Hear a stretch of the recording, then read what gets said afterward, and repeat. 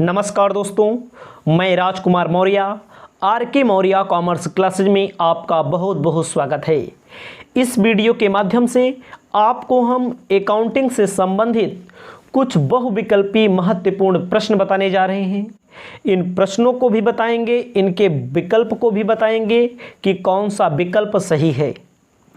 आपको ध्यान देना है, आपके पेपर से संबंधित जो भी मैं प्रश्न बता रहा हूं सभी महत्वपूर्ण है।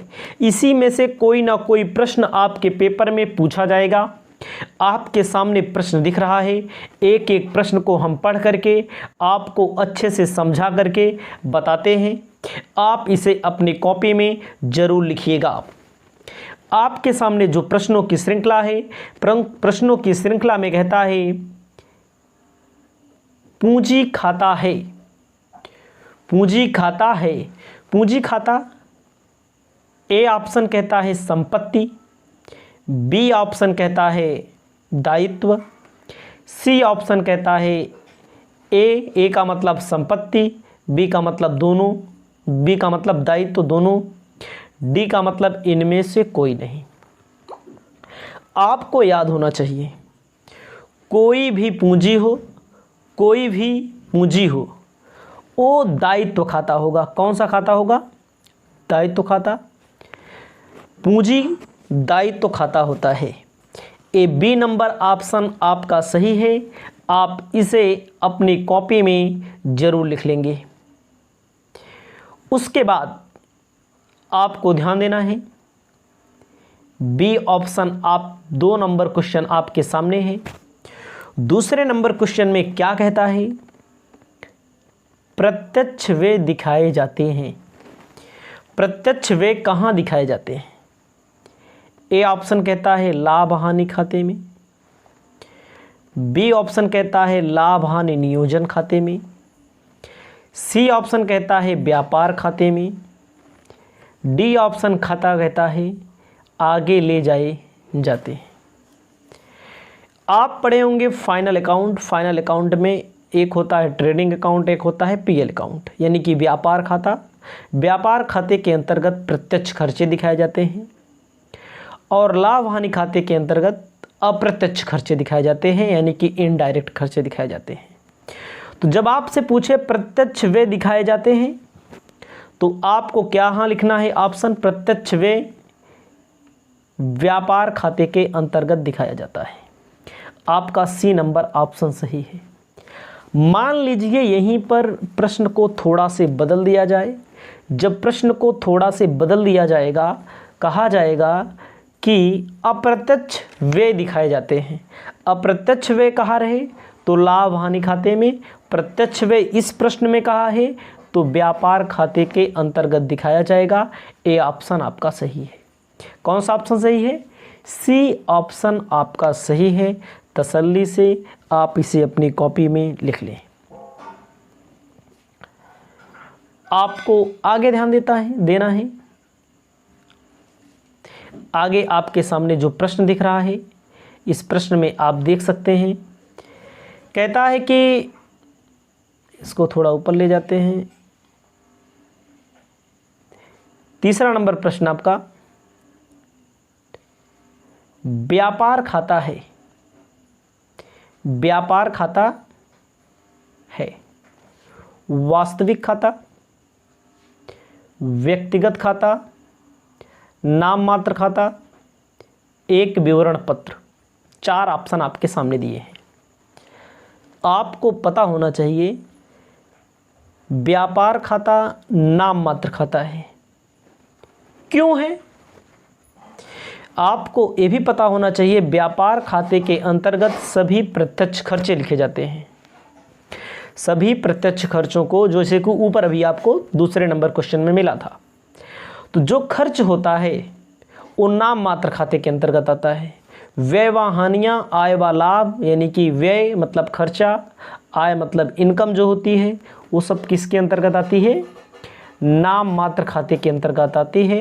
नाम मात्र खाता आपका सी नंबर ऑप्शन सही है। इसे आप अपनी कॉपी में लिख लीजिएगा। ठीक। चौथा नंबर प्रश्न आपके सामने दिख रहा है स्पष्ट तौर पर। कहता है सकल लाभ प्रकट होता है। सकल लाभ कहाँ प्रकट होता है? व्यापार खाते में, लाभ हानि खाते में, लाभ हानि नियोजन खाते में, उपरोक्त में कोई नहीं। सकल लाभ का मतलब होता है ग्रॉस प्रॉफिट। ग्रॉस प्रॉफिट जो उपलब्ध होता है, जो प्रकट होता है, ए ऑप्शन आपका सही है। व्यापार खाते के अंतर्गत उत्पन्न होता है, उपलब्ध होता है। ए आपका ऑप्शन सही है। इसे आप अपनी कॉपी में लिख लें।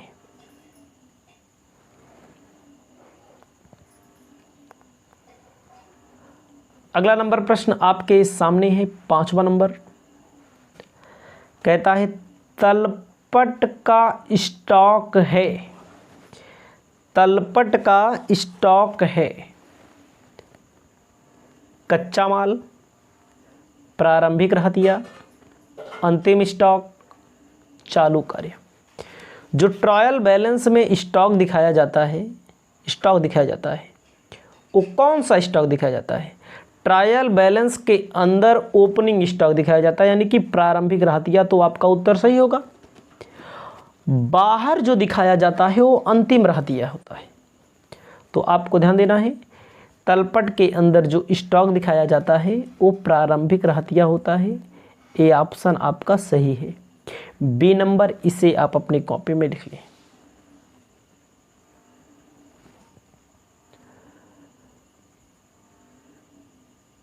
अगला प्रश्न, अगले प्रश्न से संबंधित देखें। व्यापार खाता तैयार किया जाता है। व्यापार खाता तैयार किया जाता है क्रय विक्रय से होने वाले लाभ हानि को जानने के लिए, व्यापार की कुल बिक्री को जानने के लिए, व्यापार की आर्थिक स्थिति को जानने के लिए, शुद्ध लाभ जानने के लिए। आपको इतना नॉर्मल क्वेश्चन है, पता ही है। व्यापार खाता जो तैयार किया जाता है क्रय विक्रय से होने वाले लाभ को मालूम करने के लिए होता है। कुल विक्रय के लिए क्या बनाया जाएगा? विक्रय वही बनाई जाएगी, सेल्स बुक बनाई जाएगी, कितने की बिक्री होगी। आर्थिक चिट्ठा, आर्थिक स्थिति जानने के लिए बैलेंस शीट बनाई जाती है। शुद्ध लाभ जानने के लिए प्रॉफिट लॉस अकाउंट बनाया जाता है। आगे चलते हैं। एक एक प्रश्न को हम अपने हिसाब से आपको बता रहे हैं। हमारे हिसाब से चलेंगे तो आपका फ़ायदा ही फ़ायदा है। अगला प्रश्न है, दान में दिए गए माल का समायोजन होगा। जो माल दान में दिया जाता है क्या कहता है? स्टॉक अंतिम स्टॉक में जोड़ा जाएगा, व्यापार खाते में क्रय में घटाया जाएगा, सी कहता है स्टॉक में घटाया जाएगा, डी कहता है विक्रय में जुड़ेगा। माल दान में दिया तो माल कम हुआ। व्यापार खाता जब बनाया जाता है तो दान को, नमूना को, अग्नि से कोई हानि हो गई है माल के संबंध में, ये सब क्या कर लिया जाता है? आहरण है, ये सब क्या कर लिया जाता है? घटा दिया जाता है। दान के संबंध में जो 7वां नंबर प्रश्न कहता है, दान व्यापार खाते के डेबिट में क्रय लिखा होता है, क्रय में से घटाया जाता है। बी ऑप्शन आपका 100% सही है। इसको आप अपनी कॉपी में लिख लेंगे।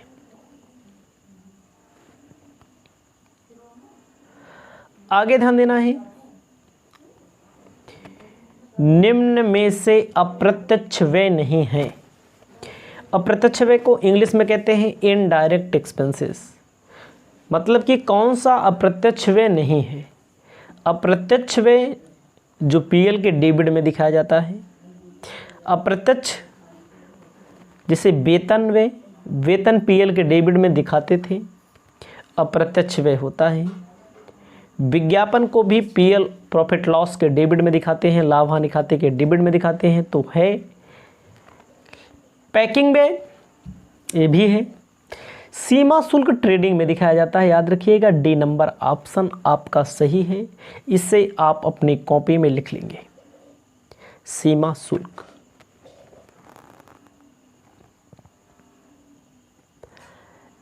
एक एक प्रश्न हम आपको बता रहे हैं, अच्छी तरह से बता रहे हैं। अगला प्रश्न कहता है अदत्त व्यय दिखाया जाता है। अदत्त व्यय दिखाए जाते हैं। पहला, व्यापार खाते के डेबिट में, कोई बात नहीं है। व्यापार एवं आर्थिक चिट्ठे के डेबिट में व्यय में जोड़कर, व्यापार एवं आर्थिक चिट्ठे में क्रेडिट में व्यय में से घटाकर, उपरोक्त में कोई नहीं। आपको यहाँ पर ध्यान देना है, आपको यहाँ पर ध्यान देना है। जो अदत्त व्यय होता है, अदत्त व्यय का मतलब होता है कि उधार सामान खरीद दिया, बकाया है, मजदूरों से मजदूरी करवा ली, पैसा नहीं दिया ना। लेकिन आपको ध्यान देना है, एक होता है अदत्त व्यय का समायोजन और एक होता है अदत्त व्यय जब ट्रायल बैलेंस के डेबिट में लिख कर दिया रहे, बल्कि क्रेडिट में दिया रहता है। अदत्त व्यय अगर ट्रायल बैलेंस के क्रेडिट में दिया है तो चिट्ठे के दायित्व पक्ष में लिखा जाएगा। याद रखिए फिर से, अदत्त व्यय और ट्रायल बैलेंस के क्रेडिट में दिया रहेगा, मतलब कि तलपट के क्रेडिट में दिया रहेगा, तो क्रेडिट में वहाँ लिखा जाएगा, दायित्व में लिखा जाएगा।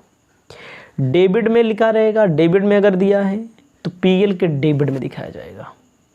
एक बार फिर से रिमाइंड कीजिए इसको, बहुत ही महत्वपूर्ण प्रश्न है, 9वां नंबर प्रश्न है। अदत्त व्यय यदि ट्रायल बैलेंस के क्रेडिट वाले कॉलम में लिखा हुआ है अमाउंट, तो इसे दायित्व में दिखाना है। अगर डेबिट वाले में लिखा हुआ है तो पीएल के डेबिट में लिखा जाएगा। अगर समायोजन में है तो संबंधित व्यय में जोड़ दिया जाता है और चिट्ठे के दायित्व पक्ष में दिखाया जाता है। इसमें ऐसा कुछ नहीं बोला है, उपर्युक्त में से कोई नहीं, यही आपका ऑप्शन होगा। अधिकतर स्टूडेंट इसको गलती कर देते हैं, ठीक है। आपके सामने है 10वां नंबर प्रश्न। लाभ हानि खाते से प्रकट होता है। शुद्ध हानि प्रकट होती है, शुद्ध लाभ प्रकट होता है, शुद्ध लाभ और हानि दोनों प्रकट अथवा हानि प्रकट हो सकती है, सकल लाभ अथवा हानि प्रकट हो सकती है। आपको पता होना चाहिए, लाभ हानि खाते से शुद्ध लाभ भी आ सकता है, शुद्ध हानि भी आ सकती है। सी नंबर आपका ऑप्शन सही है। इसे आप अपनी कॉपी में लिख लेंगे, सी नंबर आपका ऑप्शन सही है। बहुत आसान प्रश्न है सब, ठीक। अगला प्रश्न है, लाभ हानि खाता है। लाभ हानि खाता है वास्तविक खाता। आपको पता होना चाहिए वास्तविक खाता संपत्तियों से संबंधित होता है। व्यक्तिगत खाता व्यक्ति से संबंधित दायित्व से संबंधित होता है। अवास्तविक खाते को नाम मात्र खाता कहते हैं। नाम मात्र खाता जो होता है व्यय व हानियों से संबंधित होता है। विवरण पत्र समायोजन खाता बोल रहा है। तो भैया में आपका ऑप्शन नंबर बी सही होगा। बी क्यों सही होगा? क्योंकि लाभ हानि खाते में व्यय व हानियां लिखी जाती हैं, आय व व्यय लिखे जाते हैं, इसलिए आपका ऑप्शन नंबर बी सही होगा। इसे आप अपनी कॉपी में लिख लेंगे। बहुत ही महत्वपूर्ण प्रश्न मैंने आपके सामने रख दिया।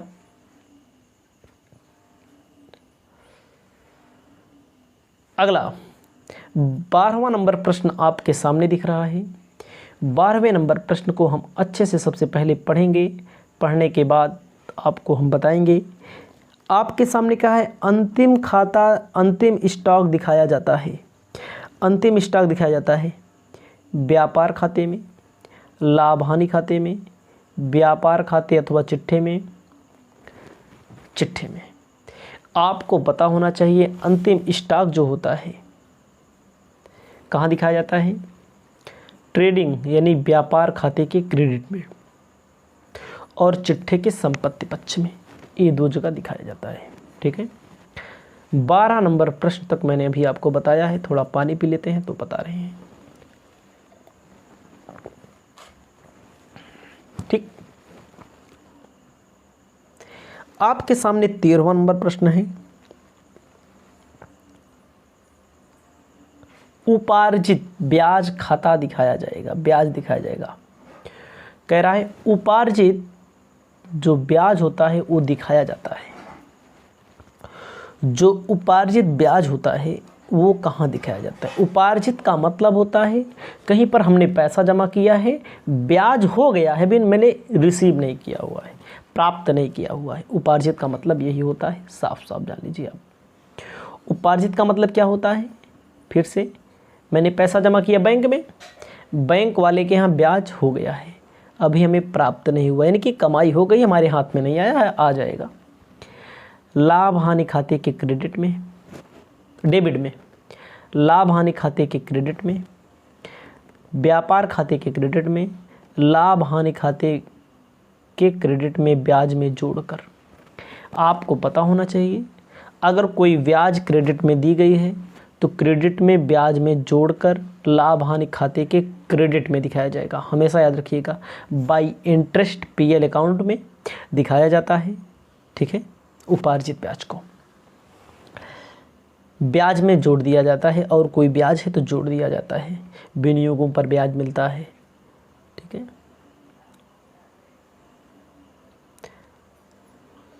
अगला प्रश्न है, बहुत ही महत्वपूर्ण है। अगले प्रश्न में क्या कहता है?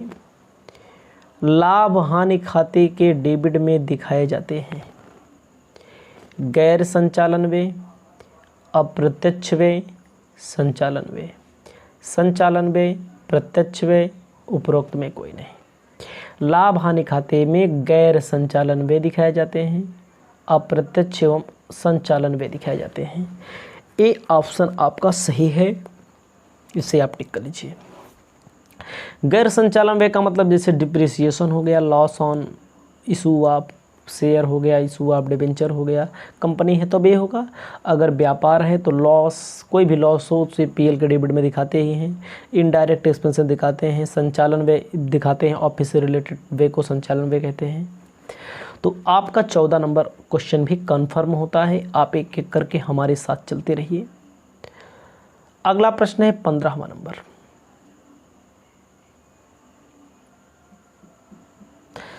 कहता है पूर्व दत्त व्यय लाभ हानि खाते में कैसे दिखाए जाते हैं? पूर्व दत्त व्यय आपको पता होना चाहिए, ऐसे व्यय जो समय से पहले कर दिए गए उसे पूर्व दत्त व्यय कहते हैं ना। मोबाइल का रिचार्ज कराते हैं, पहले पैसा देते हैं, अब तो बिजली का मीटर प्रीपेड लगता है ना। प्रीपेड, प्री का मतलब पहले, पहले पेड कर दो, पेड करने के बाद यूज करो। कहता है क्रेडिट में लिखकर, यानी कि लाभ हानि खाते में क्रेडिट में कहते हैं, डेबिट में जोड़कर, डेबिट में व्ययों में से घटाकर, उपरोक्त में कोई नहीं। पूर्वदत्त का मतलब पहले पेमेंट कर दिया, तो जो व्यय होता है उसी में से घटाकर दिखाया जाता है। सी ऑप्शन आपका सही है, सी ऑप्शन आपका सही है। इसे आप अपनी मर्जी से अपनी कॉपी में लिख लें। आदत्त व्यय जोड़ा जाता है डेबिट में और पूर्वदत्त व्यय घटाया जाता है। आदत्त व्यय का मतलब बकाया होता है, मिला था ना, दोनों भाई भाई हैं। पूर्वदत्त का मतलब क्या होता है? पहले पेमेंट कर दिया।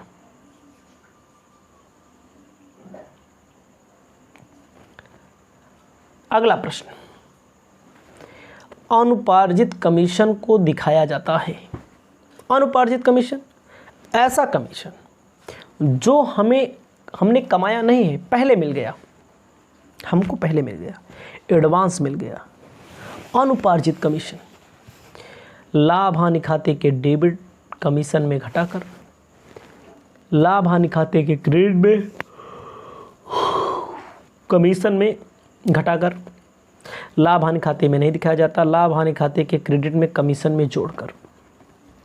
आपको ध्यान देना है, जो अनुपार्जित होता है लाभ हानि खाते के क्रेडिट में कमीशन में घटा दिया जाता है। अगर कमीशन दिया हुआ है कमीशन के में घटा दिया जाएगा। और मान लीजिए यही चीज़ समायोजन में दी गई है अनुपार्जित कमीशन, तो दायित्व में दिखाया जाता है। अनुपार्जित का मतलब एज अ एडवांस, हमें एडवांस मिल गया, तो भाई एडवांस मिल गया तो इस ईयर से संबंधित नहीं है। जब का हम अकाउंट बना रहे हैं तो कमीशन में घटा दो, समायोजन में दिया गया तो कमीशन में घटाया जाएगा और वहाँ पर भी होगा दायित्व में दिखाया जाएगा, क्योंकि एडवांस पैसा मिलता है। 17 नंबर, आहरण पर ब्याज हस्तांतरित किया जाता है। आहरण पर ब्याज हस्तांतरित किया जाता है लाभ हानि खाते के क्रेडिट में। बी, व्यापार लाभ हानि खाते के डेबिट में। सी, संपत्ति पक्ष में चिट्ठे में उपर्युक्त में से कोई नहीं। आपको ध्यान देता है, आहरण पर ब्याज जो होता है फायदा होता है।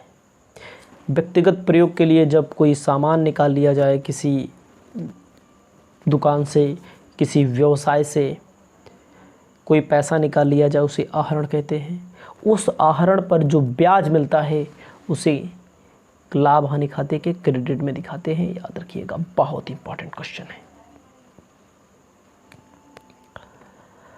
अगला है, चिट्ठे द्वारा प्रदर्शित होता है। सीधा सीधा व्यवसाय के आर्थिक स्थिति, व्यवसाय द्वारा कमाया गया लाभ, सभी वास्तविक खातों की शेष, उपरोक्त सभी खातों की शेष। तो ए ऑप्शन आपका सही होगा। सामान्य सा क्वेश्चन है। चिट्ठे द्वारा व्यवसाय की आर्थिक स्थिति का पता लगाया जाता है। ठीक है, व्यवसाय की आर्थिक स्थिति का पता लगाया जाता है।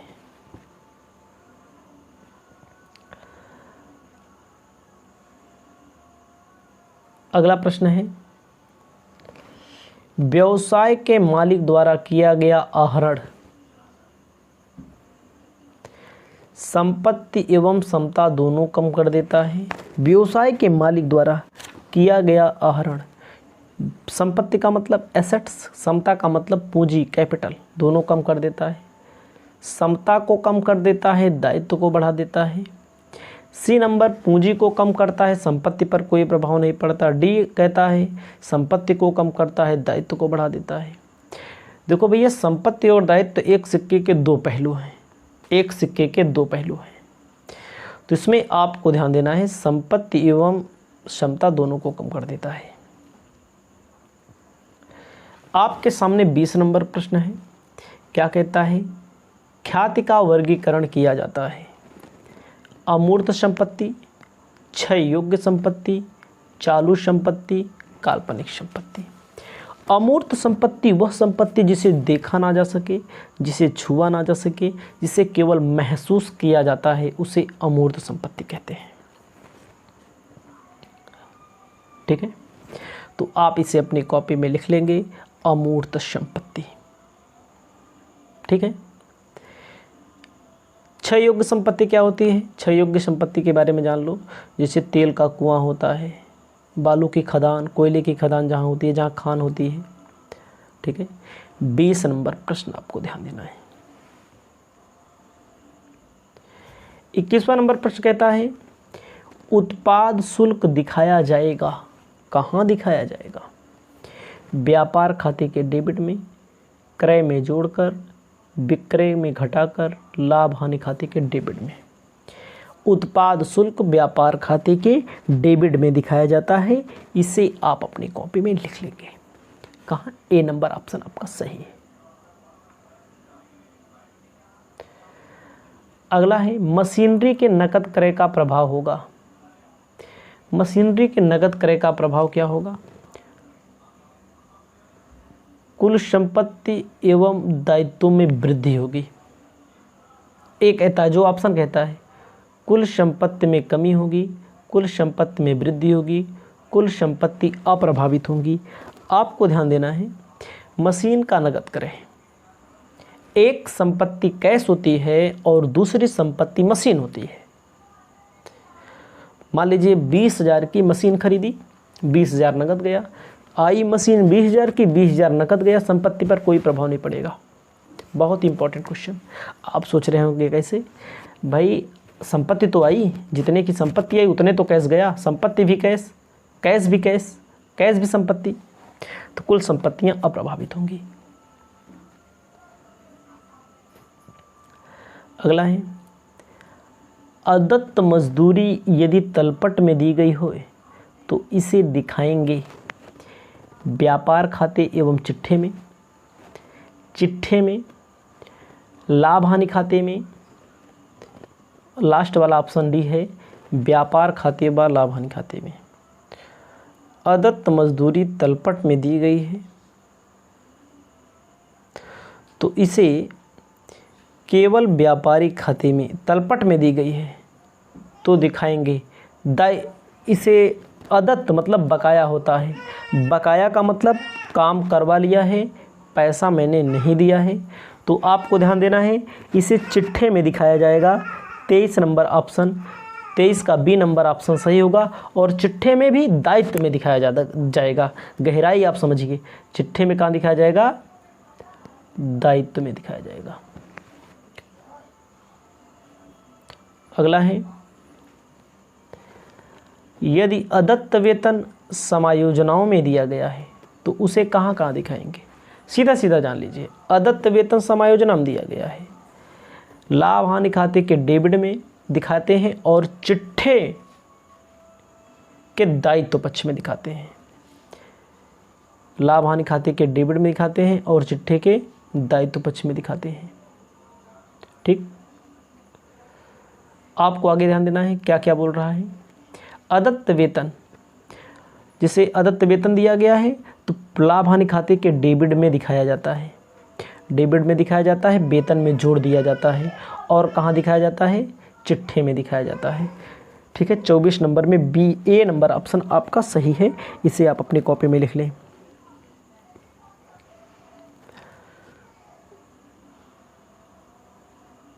आगे 25वां नंबर प्रश्न है। 25वें नंबर प्रश्न में आप देख सकते हैं, एकाकी व्यापार में आयकर दिखाया जाएगा। एकाकी व्यापार में जो आयकर होता है चिट्ठे में पूंजी में घटा दिया जाता है। बिल्कुल सही है, चिट्ठे में पूंजी में घटा दिया जाता है, एज आहरण माना जाता है। एकाकी व्यापार में अगर आयकर है, आयकर ध्यान दीजिएगा किसी व्यक्ति पर लगाया जाता है, एकाकी व्यापार पर नहीं लगाया जाता है। स्टूडेंट गलती करते हैं इसमें, कहते हैं लाभ हानि खाते के डेबिट में जो आयकर होता है एज ए आहरण होता है, क्योंकि एकाकी व्यापार पर इनकम टैक्स नहीं लगता है, इसको याद रखिएगा। बाकी हम जर्नल एंट्री में आपको बताए हैं, आप नहीं पढ़े हैं तो आप हमको बताएं, हम आपको पूरा का पूरा वीडियो उपलब्ध करा रहे हैं। अगला प्रश्न क्या कहता है, यदि तलपट में व्यापारिक बट्टा दिया है तो इसे अंतिम खातों में कहाँ दिखाया जाएगा। तलपट में व्यापारिक बट्टा दिया है, आप सुने होंगे व्यापारिक बट्टे का लेखा ही नहीं होता, केवल बिक्री में से घटा दिया जाता है। तो याद रखिएगा, व्यापार खाते के विक्रय में जोड़कर व्यापार खाते के विक्रय में घटाकर व्यापार खाते के डेबिट में लाभ हानि खाते, तो बी नंबर ऑप्शन सही होगा। व्यापार खाते के विक्रय में, व्यापार खाते में यानी कि ट्रेडिंग अकाउंट के क्रेडिट में विक्रय दिखाया जाता है, विक्रय में घटाकर दिखाया जाएगा। ठीक है, अगला प्रश्न 27वां नंबर प्रश्न आपके सामने है, कहता है विवरण पत्र और अंतिम खाता से तात्पर्य क्या है। विवरण पत्र और अंतिम खाता का तात्पर्य क्या है। चिट्ठा, व्यापार खाता, लाभ हानि खाता, सभी आपको इसमें ध्यान देना है। जो ये प्रश्न दिया गया है इसमें सभी विवरण पत्र और चाहे विवरण पत्र कहिए चाहे अंतिम खाता कहिए, इनमें सब शामिल किया जाता है। अंतिम खाते में सब शामिल किया जाता है, चिट्ठा, ट्रेडिंग, पीएल सब शामिल किया जाता है। कह रहे हैं व्यक्तिगत खाते के शेष दिखाए जाते हैं लाभ हानि खाते में, व्यापार खाते में, चिट्ठे में, उपरोक्त व्यापार अथवा लाभ हानि खाते। व्यक्तिगत खाता किसे कहते हैं? व्यक्तिगत खाते का मतलब क्या होता है? व्यक्तिगत खाते का मतलब क्या होता है? व्यक्तिगत खाते में व्यक्ति से संबंधित जो शेष बचेगा उसे चिट्ठे में दिखाया जाएगा। जिसे पूंजी का शेष होता है, आहरण का शेष होता है, ये सब व्यक्तिगत खाते। राम का शेष, श्याम का शेष चिट्ठे में दिखाया जाता है। ये वाला प्रश्न देख लीजिए। सकल लाभ 20,000, विक्रय की लागत 16,000, विक्रय मूल्य क्या होगा? देखो भैया, कोई सामान को बनाने में लगा हुआ है, 16,000 लागत लगी हुई है और ये पे लाभ ले रहे हैं 20,000। दोनों को जोड़ दीजिए, यही जोड़ने के बाद जो आंसर आएगा 36,000 आंसर होगा। बहुत ही आसान है। अगला प्रश्न, व्यापार खाते में दिखे जाते हैं क्रय संबंधी व्यय, दैनिक व्यय, विक्रय संबंधी व्यय, विज्ञापन संबंधी व्यय।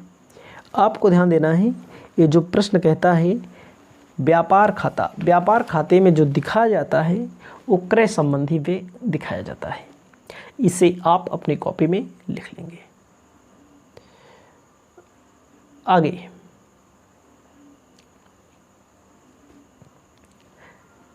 ऊपर वाले में सी नंबर ऑप्शन सही था। कौन सा व्यय प्रत्यक्ष है? आने के लिए लगा गाड़ी भाड़ा, जाने के लिए लगा गाड़ी भाड़ा, कार्यालय का किराया, वेतन मजदूरी। आपको इसमें ध्यान देना है। कैरेज इनवर्ड होता है तो ट्रेडिंग डेबिट में दिखाया जाता है। कैरेज आउटवर्ड होता है तो पीएल के डेबिट में दिखाया जाता है। ए है ट्रेडिंग में, व्यापार खाते में प्रत्यक्ष व्यय कहा जाएगा। उत्तर ए आपका सही होगा। ए पीएल में जाता है, यानी कि अप्रत्यक्ष होता है, जाने वाला, विक्रय पर गाड़ी भाड़ा जिसे बोलते हैं। कार्यालय का किराया है तो इसे कहाँ लिखेंगे? पीएल में लिखते हैं। वेतन व मजदूरी बोल रहा है, मजदूरी को ट्रेडिंग में दिखाते हैं लेकिन वेतन को पीएल में दिखाते हैं। यही अगर मजदूरी और वेतन दिया होता, पहले मजदूरी दिया होता तो प्रत्यक्ष व्यय भी होता। तो ये अगर वेतन पहले दिया है, मजदूरी बाद में दिया है तो अप्रत्यक्ष व्यय होगा।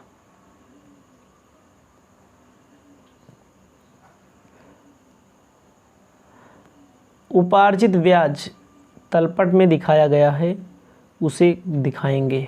उपार्जित ब्याज तलपट में दिखाया गया है। उपार्जित का मतलब कमा लिया गया है लेकिन अभी मिला नहीं, तलपट में दिखाया गया है। तो लाभ हानि खाते में, लाभ हानि नियोजन खाते में, चिट्ठे में, उपरोक्त में कोई नहीं। आपको इसमें ध्यान देना है, उपार्जित ब्याज जो होता है वो चिट्ठे में दिखाया जाएगा, संपत्ति पक्ष में।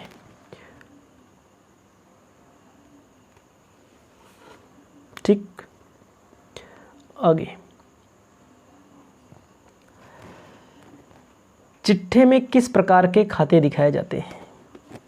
वास्तविक खाते, व्यक्तिगत खाते, अवास्तविक खाते, ए एवं सी दोनों।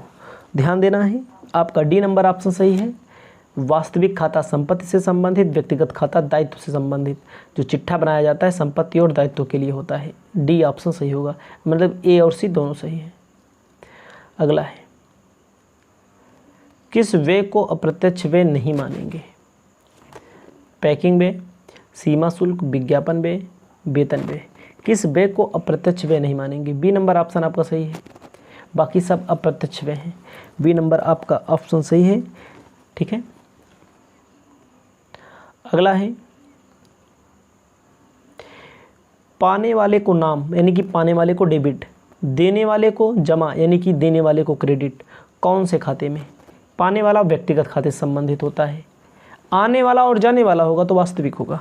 तो आपका ऑप्शन नंबर सी इसमें सही है। कहता है आने वाली वस्तु को नाम, वही जो मैंने पहले बोला, जाने वाली वस्तु को जमा। नाम का मतलब आने वाली वस्तु को डेबिट, जाने वाली वस्तु को क्रेडिट। किस में दिखाते हैं? सी नंबर आप ऑप्शन वास्तविक खाते के अंतर्गत दिखाते हैं। अगला प्रश्न है आपके सामने।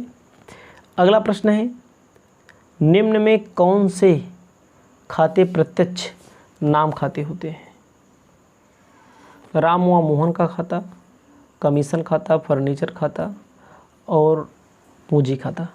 निम्न में से कौन से खाते प्रत्यक्ष नाम के खाते हुए?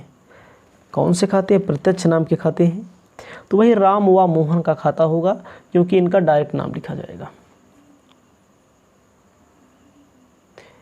ये माल खाता है फर्नीचर, कमीशन व्यय खाता है, पूंजी दायित्व खाता है, व्यक्तिगत इसे बोलते हैं। अगला है, सभी खर्चे व हानियों को नाम, यानी कि सभी व्यय व हानियों को डेबिट, आय व लाभ को क्रेडिट किस में करते हैं? नाम मात्र खाते में। डी ऑप्शन आपका इसमें सही है, केवल नाम मात्र खाते में। ये तो आपको बेसिक चीज़ है, तो आनी ही चाहिए। अगला है, डाक खर्च, गाड़ी भाड़ा खर्च कौन सी वही में दिखाए जाते हैं? डाक खर्च लघु रोकड़ बही में दिखाए जाते हैं और गाड़ी भाड़ा भी लघु रोकड़ बही में दिखाई जाती है। रोकड़ बही में केवल नकद लेन देन का लिखा होता है, नकद बिक्री, नकद क्रय, नकद भुगतानों का लिखा होता है। देय बिल में केवल देय बिल, व्यय प्राप्त बिल में केवल प्राप्त बिल, छोटे छोटे खर्चों के लिए लघु रोकड़ बही रखी जाती है। अगला है, पूर्व दत्त व्यय खाता किस खाते के अंतर्गत आता है? पूर्व दत्त व्यय संपत्ति होती है, संपत्ति वास्तविक से संबंधित होता है। ए ऑप्शन आपका सही होना चाहिए। 40 नंबर में आपका सी बोल रहा है, तो आपका यहाँ पर गलती हो रही है। फिर से एक बार, पूर्व दत्त व्यय खाता, पूर्व दत्त व्यय व्यक्तिगत खाते के अंतर्गत आता है, क्योंकि पूर्व दत्त व्यय किसी व्यक्ति को किया जाता है। 41 नंबर प्रश्न आपके सामने है, लाभ हानि खाते का शेष दर्शाया जाता है। लाभ हानि खाते, देखो ट्रेडिंग व्यापार खाते का शेष लाभ हानि खाते में, लाभ हानि खाते का शेष आर्थिक चिट्ठी में। ठीक है, आपको यहां पर ध्यान देना है, किन संपत्तियों को तरल संपत्ति कहेंगे? किन संपत्ति को तरल संपत्ति कहेंगे? नकद रोकड़, बैंक में जमा, देनदार, इनमें से कोई नहीं। इनमें से कोई नहीं होगा आपका तरल संपत्ति से संबंधित। सूत्र आपको मैंने बताया है, अगर ना पता हो तो पूछेंगे, बता देंगे। अगला है, पूर्व दत्त बीमा खाता क्या माना जाए? पूर्व दत्त बीमा खाता क्या माना जाए? पूर्व दत्त का मतलब जिसका भुगतान आपने पहले कर दिया है उसे पूर्व दत्त कहेंगे। पूर्व दत्त मैंने आपको बताया है संपत्ति होता है, इसे संपत्ति पे आप टिक कर लेंगे। अगला है, परिशोधन योग्य ऋण पत्र क्या है? अचल संपत्ति, चल संपत्ति, अचल दायित्व, चल दायित्व। परिशोधन, परिशोधन का मतलब जिसका शोधन किया जाना हो। शोधन का मतलब क्या होता है? शोधन का मतलब होता है कि जिसका पैसा वापस किया जाना हो। चल दायित्व होता है, इसका पैसा वापस करना होता है। डी नंबर ऑप्शन आपका यहाँ पर सही होगा। परिशोधन का मतलब जिसका पैसा वापस करना हो, ऋण पत्रों के माध्यम से पैसा लिया जाता है। अगला है, आर्थिक स्थिति ज्ञात करने के लिए बनाया जाता है। आर्थिक स्थिति ज्ञात करने के लिए आपका ऑप्शन सी सही होगा, स्थिति विवरण बनाया जाता है। व्यापार खाते के में सकल लाभ, लाभ हानि खाते में क्या? शुद्ध लाभ। तो आपका इसमें स्थिति विवरण, इसके स्थान पे आर्थिक चिट्ठा भी दिया रहता है। बैंक अधिविकर्ष है, ए संपत्ति, बी दायित्व। ए और बी दोनों, इनमें से कोई नहीं, तो बैंक अधिविकर्ष दायित्व होता है। अगला है, बैंक ओवरड्राफ्ट किस प्रकृति का होता है? बैंक ओवरड्राफ्ट जो होता है वास्तविक खाता, व्यक्तिगत खाता, नाम मात्र खाता, इनमें से कोई नहीं। बैंक ओवरड्राफ्ट जो होता है व्यक्तिगत खाते की प्रकृति का होता है। आप इसे देख करके लिख सकते हैं। व्यक्तिगत खाता मतलब होता है कि दायित्व व्यक्तिगत खाते के अंतर्गत ही आता है। आपको यहाँ पर ध्यान देना है, मैंने 47 नंबर प्रश्न तक बताया है। इस वीडियो को यहीं पर समाप्त करते हैं। अगली वीडियो जब लेकर आएंगे 47 के बाद 48वें नंबर प्रश्न से हम शुरुआत करेंगे और आप पूरी की पूरी वीडियो लाइन से देखते रहिए। कोई भी दिक्कत होती है हमें अवगत कराते रहिए। अब आपको मिलेंगे नई वीडियो में नए क्वेश्चन के साथ। तब तक के लिए जय हिंद, जय भारत।